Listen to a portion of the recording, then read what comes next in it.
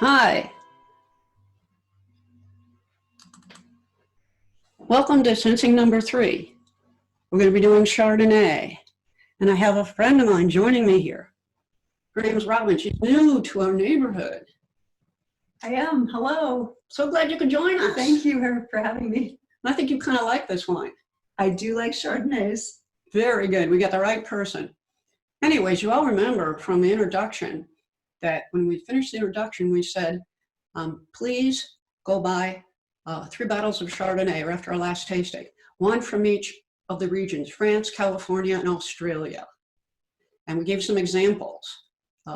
1, we are suggesting this Domaine Lequet, which is $19, or any French Chardonnay. California, J. Lord, 10 to 12, River Road, Rodney Strong, or Australia, Jacobs Creek. And if you haven't had a chance to do that yet and you want to invite some friends over and you want to buy that and you want to do an online tasting with all your friends, we highly recommend it. But you may want to stop this video, go do that, and come back later. Because we're going to move on into the sensing now. And the reason we really call this a sensing instead of a wine tasting is that we're going to use our sight, our nose, our mouths to feel and see and smell this wine, not just the taste buds. We're getting 3 different wines from 3 different regions, the same grape. So when you walk out of here, you're going to know that grape. And you're going to be able to identify it probably by region. You're going to develop a vocabulary for talking about the different attributes that your senses are coming up with. What are they detecting? I can't quite articulate that. And it's going to help a whole lot in all those regards. We're going to talk a little bit about white wines in general. The whole spectrum of colors, if you had every white wine, would go from colorless to a deep gold. And the deep gold is probably those that are somewhat aged. So the Chardonnays are probably going to be somewhere between light gold, gold, rich, deep, dark straw. The nose, probably more fruit and floral, unless it's aged in oak. Then you could get a lot of nice oaky aromas. The rest of the attributes are going to vary a lot by what the winemaker did. As a wine type, Chardonnay is one of the biggest white wines there is, particularly the white Burgundies from the south of the Burgundy region in France. They're the most expensive whites in the world, like a Pouligny-Montrachet, Cachanner-Montrachet, Meursault. They're wonderful, but they're so big, amazing, and expensive. The characteristics of this grape are that it flourishes in many soils and climates. So many countries make a Chardonnay. The grapes do not have a particularly assertive aroma or flavor, so that lets the winemaker play with it and tailor it to what they want. And it's easy to drink. It's the biggest selling wine in the United States right now is Chardonnay. Yeah, it's diminishing a little bit because folks are starting to get into reds a bit more, but it still is. And if it's oak fermented, you can get this toasty vanilla flavor. I always liked the toast on one like that. But the first one we're going to have, hurrah, hurrah, we're going to taste one, is from a cool climate. The cool climate wines are different than warm climates. Remember, normally the French do not put the name of the grape on the bottle because they believe what's more important is where this wine is from. It's terroir driven. That's their term for a microclimate. And the AOC is the Appellation d'Origine Contrôlée that decides every detail about making a wine in a particular region. They tell you how many grapes per vine, how many vines per hectare, when you can pick, how many grapes you can put in the wine, what types you can put in the wine. It's very, very rigid. The earth, for the most part in France, for the Chardonnays is limestone. Macon, where this wine we're going to try comes from, is southern Burgundy, and it ripens more than the other Burgundies. It's more floral, fruity, warm hint of citrus. It can be gentle, nutty. I'm used to in the past and aging in Macons a bit, you know. Food pairing, shellfish, creamy soups, pasta, risotto. Now I'm going to go to the full screen so we can show you the bottle. And it's our number one. But this one is a little different from what I've been saying, and they actually have put the word Chardonnay on it. And this is a 2018, pretty young. But they're trying to appeal to the American palate and wallet. So they're trying to relate by saying, hey, here's the grape. But what we've got to do now is we've got this tough thing we got to do. Okay, I'm up for it. You sure? Yes. Okay. We got to come up with, what do you think this color is? Is it clear? What color would you call this on the spectrum of straws to golds? So I wouldn't call this gold necessarily. You think it's still dark straw? Yeah, it is paler. Okay.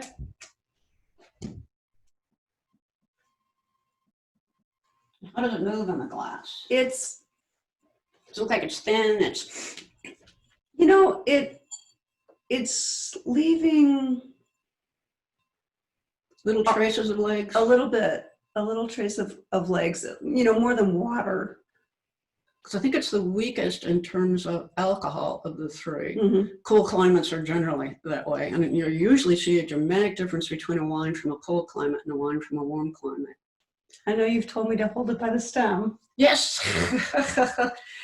When you're evaluating wine, you don't want to warm the bowl. You also don't want to get fingerprints that affect your ability to look at the color, to look at the clarity. Yes. So what do you think about the aroma in the bouquet?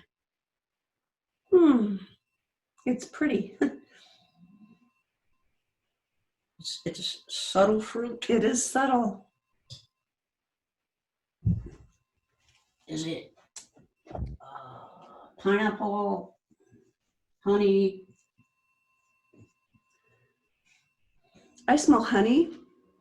Because we've let these warm up a little bit, everybody. Yep. Maybe you haven't. And sometimes that's a good thing to do with the Chardonnay grape because they open up a little bit more, but they can change. Right. Almost now pear to me. Oh, you can pair. Oh, cool. I like that. Mm-hmm. You don't often get pear. It's a cooler climate kind of a thing. What are you guys getting? You getting the same thing? Don't you agree that's kind of a dark straw? So what do you think about in the mouth? What are you expecting in the mouth? I'm expecting crisp, sort of a light feel. A drop off?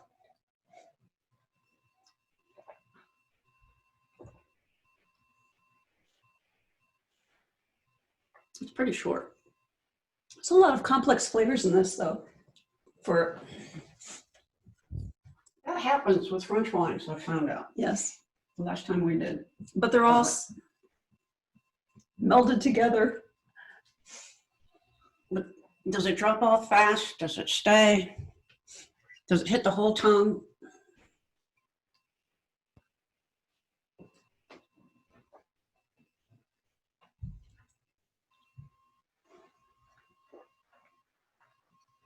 To me, it hits the center of the tongue and it drops off fast. Short finish. What fruit are you getting in the mouth? Oh, If there is fruit. kind of appley, tart. Kind of green apple? Yes. Tart?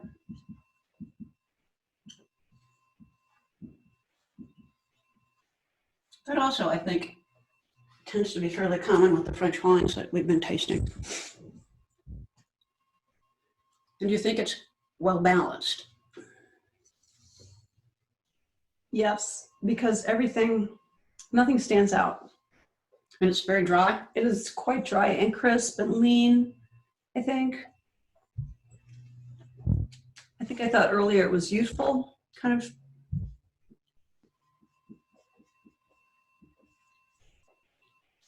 A happy wine.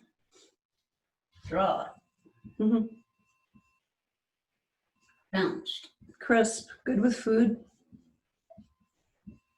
Food friendly. Like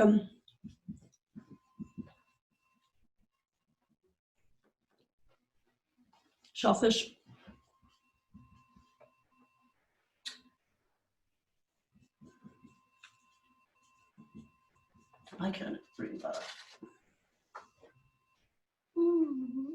Mm-hmm.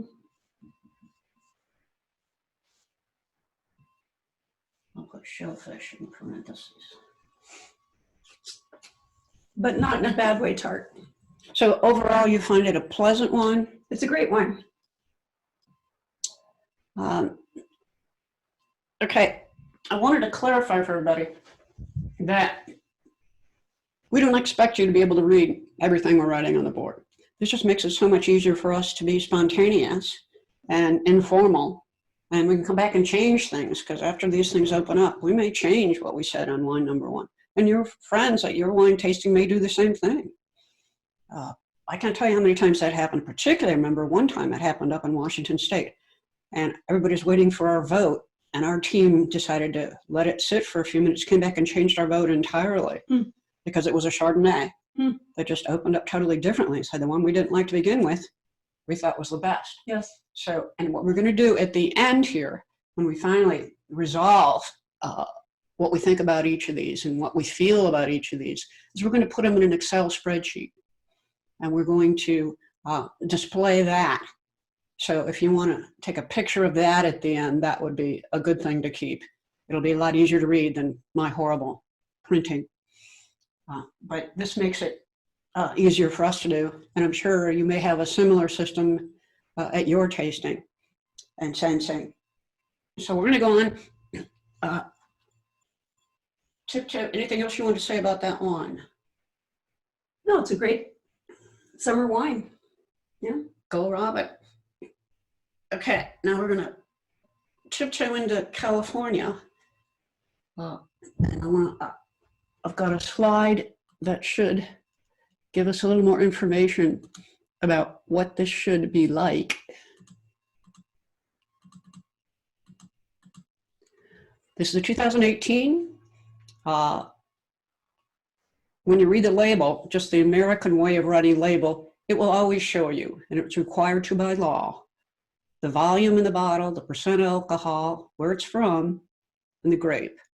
In the United States, 75% of the grapes must be what is named on the bottle. So in this case, it's got to be 75% Chardonnay. It can be anything else, the other 25%. Chardonnay in the United States is normally 13.5 to 14.5% alcohol. More alcohol than you'll find in a French Chardonnay. It's because of the warmer climate. It's normally rich, round, and often oaked in California. You can get aromas because of that, of more of cloves, cinnamon, buttery. Oh my gosh, that I used to love those big oaky buttery Chardonnays. Yes, me too. In a big glass, like a bowl. Caramel, smoked vanilla. Taste can go anywhere from apple, lemon, pineapple, and then oak will give you more of that vanilla. Food pairing, if it's oaked, it goes really well with something like rich eggs Benedict, cheddar cheese, all these squashes. Let me get rid of that slide and I will show you the bottle that we have.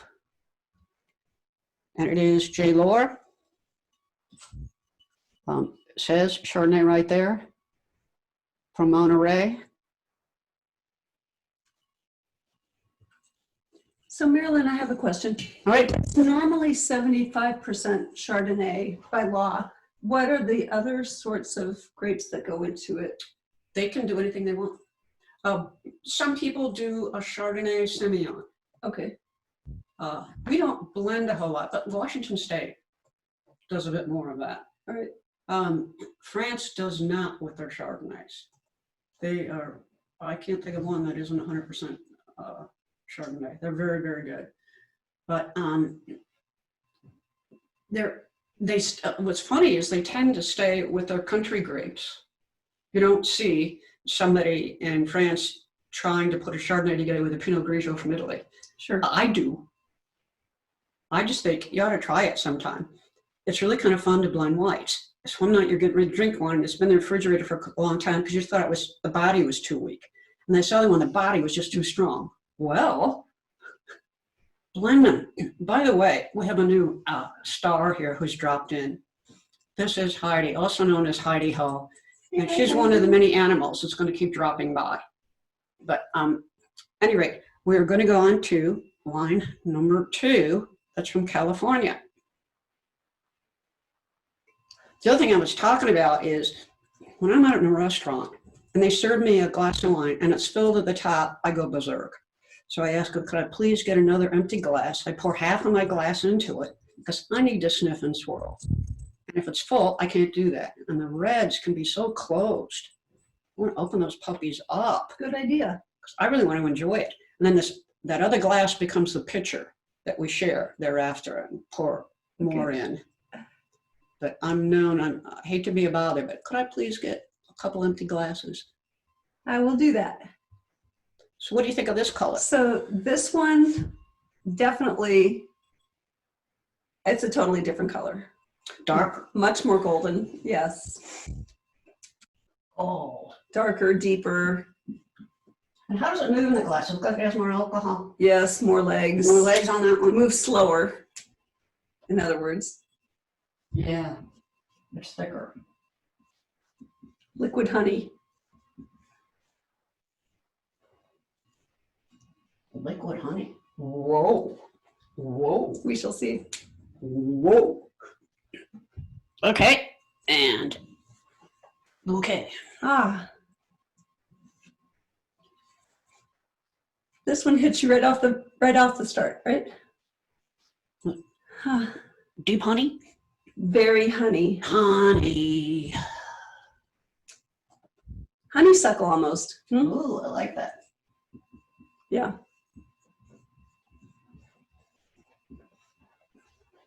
Honeysuckle. And what about the bouquet? Wow. Oh, we got the bouquet, sorry. What about the, what do you think it's going to taste like?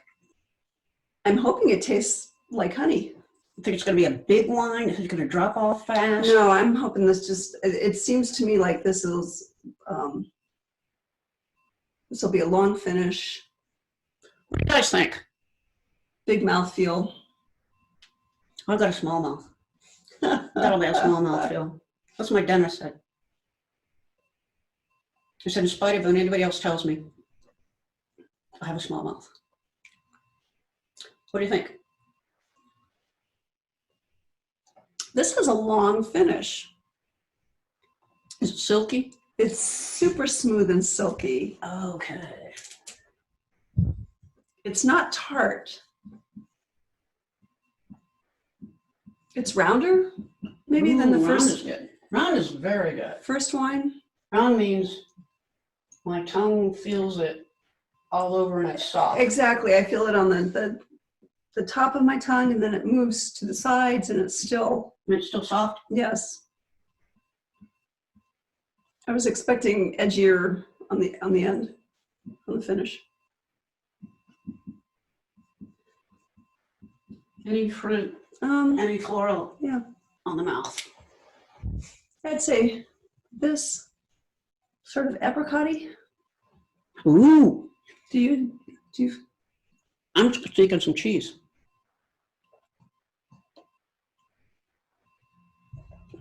I love apricot. Apricot always leaves you with a fuzzy tongue. Uh-huh. It does taste like that though.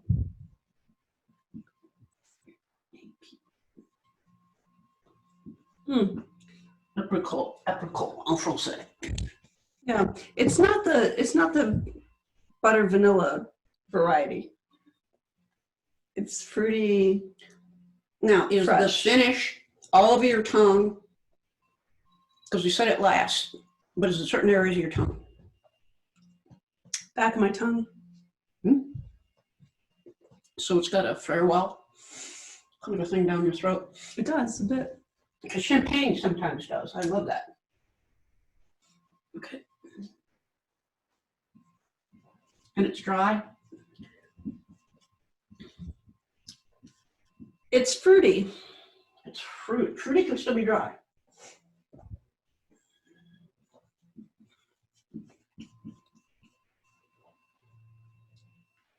This would go well with a quiche, eh? Yeah. Very good with cake. Yeah. It's sturdy. Is it balanced overall? It's balanced. It seems Like it's got backbone. It's got backbone. Oh, Yeah. ooh, backbone.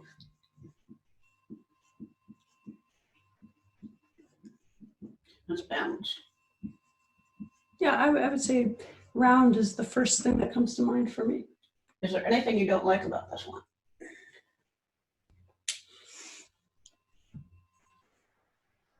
You wish it were cheaper? Always. No, I like it a lot. I think it's great. You would buy this. Yeah, it's fun. You like it better than number one? Well, number one was elegant. Elegant, a certain Yes, evening mhm. and a certain food. Oh, let's put elegant. French are like that, aren't they? Yes, it's leaner. Leaner. Number one. Number two's a little plumper. I don't know. Fatter? No, fatter is a bad connotation. Mhm. But bigger. Yes. Bigger's good.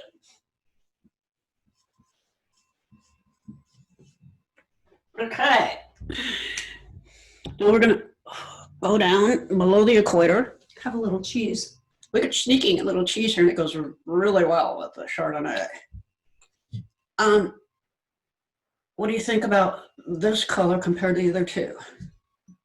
Again, the white tablecloth, everybody, is really helpful in comparing colors.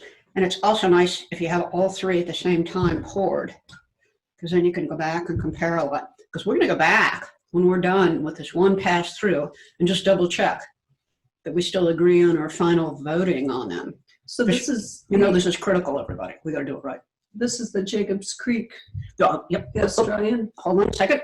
You told me I was supposed to come here and do my job and share a slide on the Australian. Aussie. The Aussie, I don't have a good Aussie accent, so forget it. Okay, I'll show you the bottle in a second. But it's New World labeling, meaning they're going to name the grape. So it's going to say Chardonnay. There, it must be 85% of the grape to be named that grape. And it can be 15% of anything else. I don't know, but they do make a really good Semillon in Australia, so they could blend it with that. It's a warmer climate. They've got two climates. If it's a warmer part, it could be the ripe pineapple, apple, peach, fig, melon. The cooler part of Australia, it could be grapefruit, green apple. But they're shifting their wine style. Australia's been famous over the years for having a countrywide strategy to be number one in the world in wine, in volume and quality and hygiene. They think that the old winemaking techniques that are still used in Europe are not good, and they're going to try to lead. So in that whole process, in the Chardonnay world, they're shifting from over-oaked, they used to make, because it created an ABC, anything but Chardonnay culture, to more fresh acidity, softer fruit, subtler oak, to increase the popularity of theirs.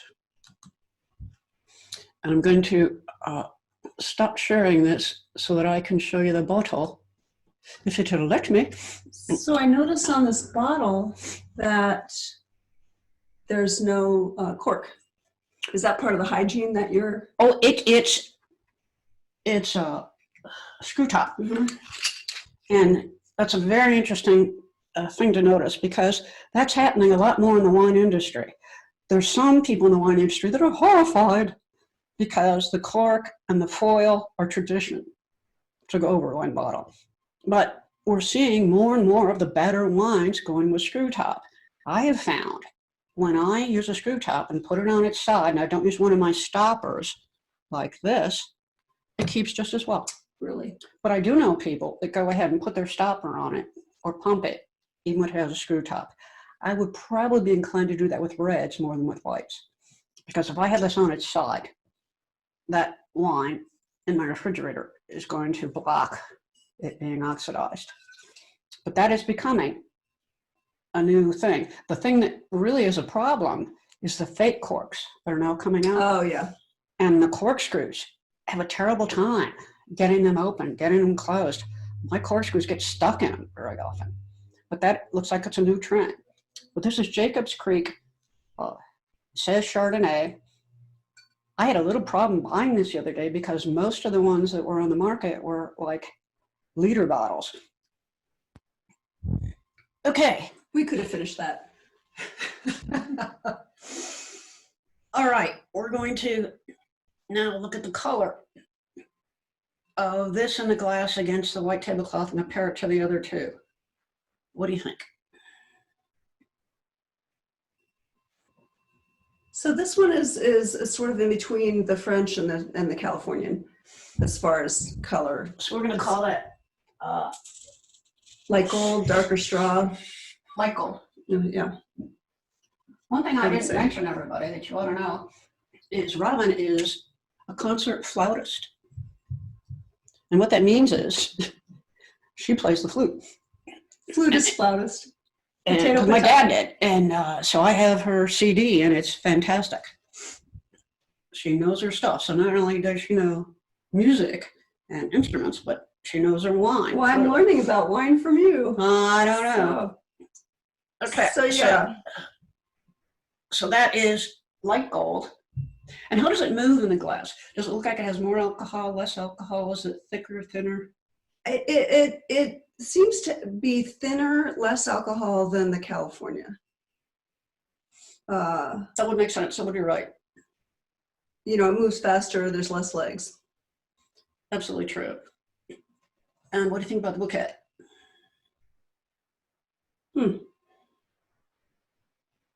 Subtle fruit. It's subtle. You have to reach for it. Yeah. But it's smooth. Mhm. Smooth, subtle fruit.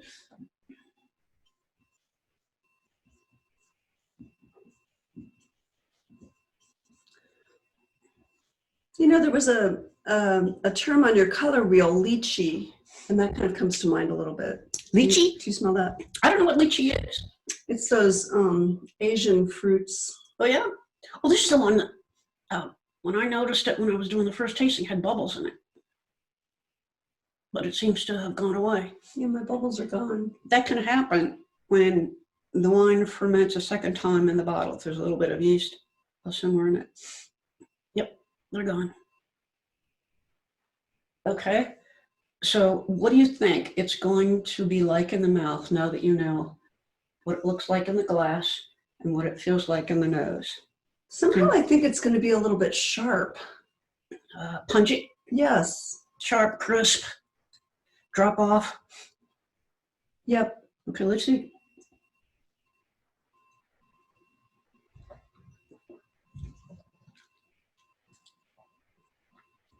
It's not tart. There's not much there. Right, it's like a thin body that just, It went away. It evaporated. so I can say it's dry. I was afraid it was going to be too tart, but it is dry. Thin flavor and body. It's clean.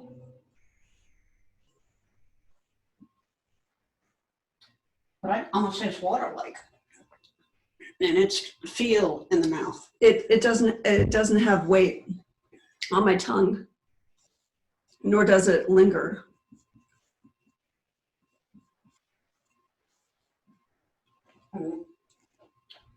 Any fruit you can pick out with it.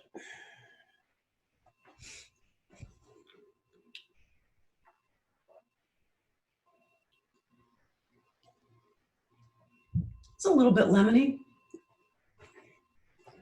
Did you think? Yeah. I think a lot of white wines have a lemon hue. It's not bitter. It's not sour. Not sweet. Is it kind of wussy? It's I'm not sure that's a wine term. pretty generic. Okay, is it balanced? There's just not much there to evaluate. Yeah.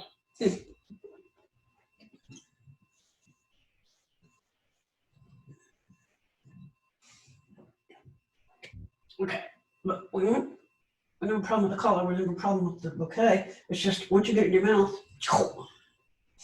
Right, it doesn't really impress you in any way. It's, You want to go back and just double check the other lines and make sure we're happy with what we said, and then kind of go through our final pluses and negatives. The first one, the only negative that I caught, and there could be more, is it had a short finish.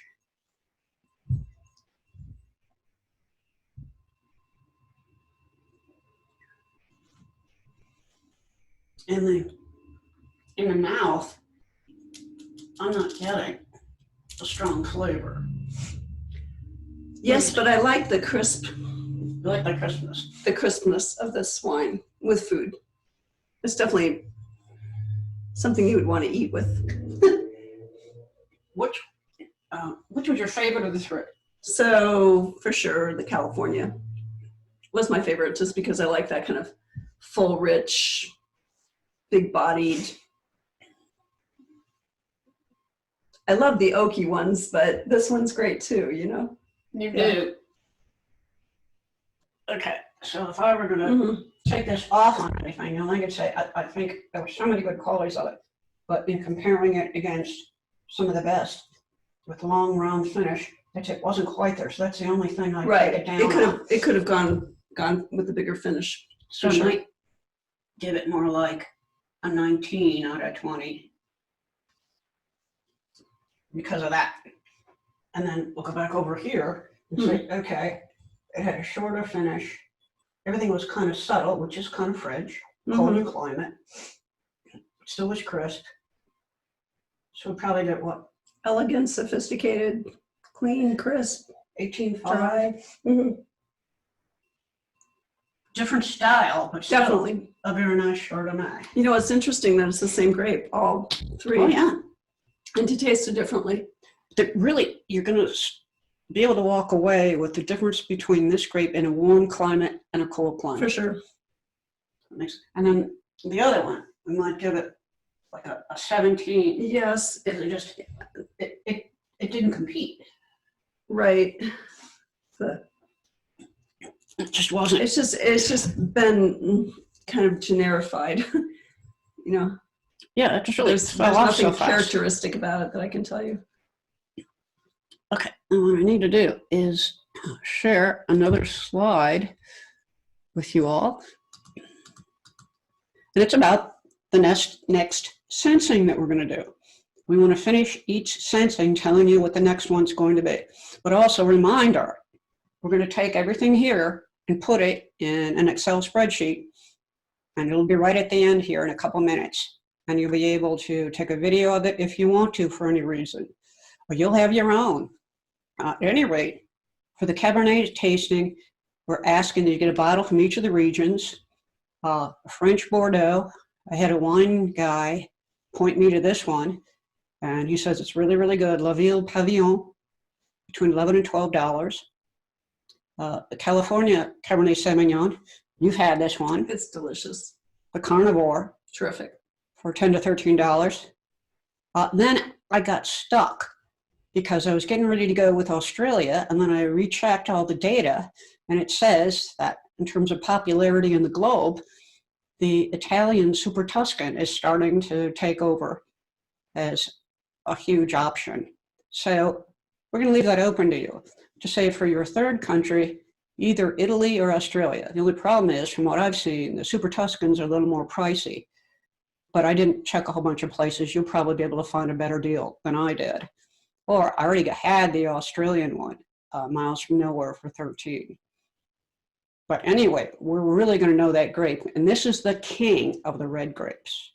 I think it's going to be a fantastic sensing, and hope you can join us. And thank you so much for joining us on this one. I hope you and your friends had a great time. Bye-bye. Cheers. Okay, we're going to share with you the results of the sensing we just went through with Chardonnay, because now we've moved this over to an Excel spreadsheet. Let me do that. Okay. As you recall, when we talked about the France Chardonnay, which was a Macon, we thought it had dark straw. The aroma was subtle, honey and pear. When it warmed up a little bit, it got more elegant and complex, but it was leaner than the other ones, had a shorter finish, was tart green apple, we thought, but still youthful, but dry and crisp. Overall, we thought it was food friendly and balanced. The California seemed to be more gold in color, and it seemed to be thicker when we swirled it around in the glass and left a little bit of legs residue on the sides of the glass. We detected a honeysuckle bouquet. It was silk and smoothie. And a lot of these were Robin's findings, with a long finish, back of the tongue, bigger body, had more backbone. It was well balanced. The Australian just seemed a lot more lighter in the mouth. Its fruit was more subtle, but smooth.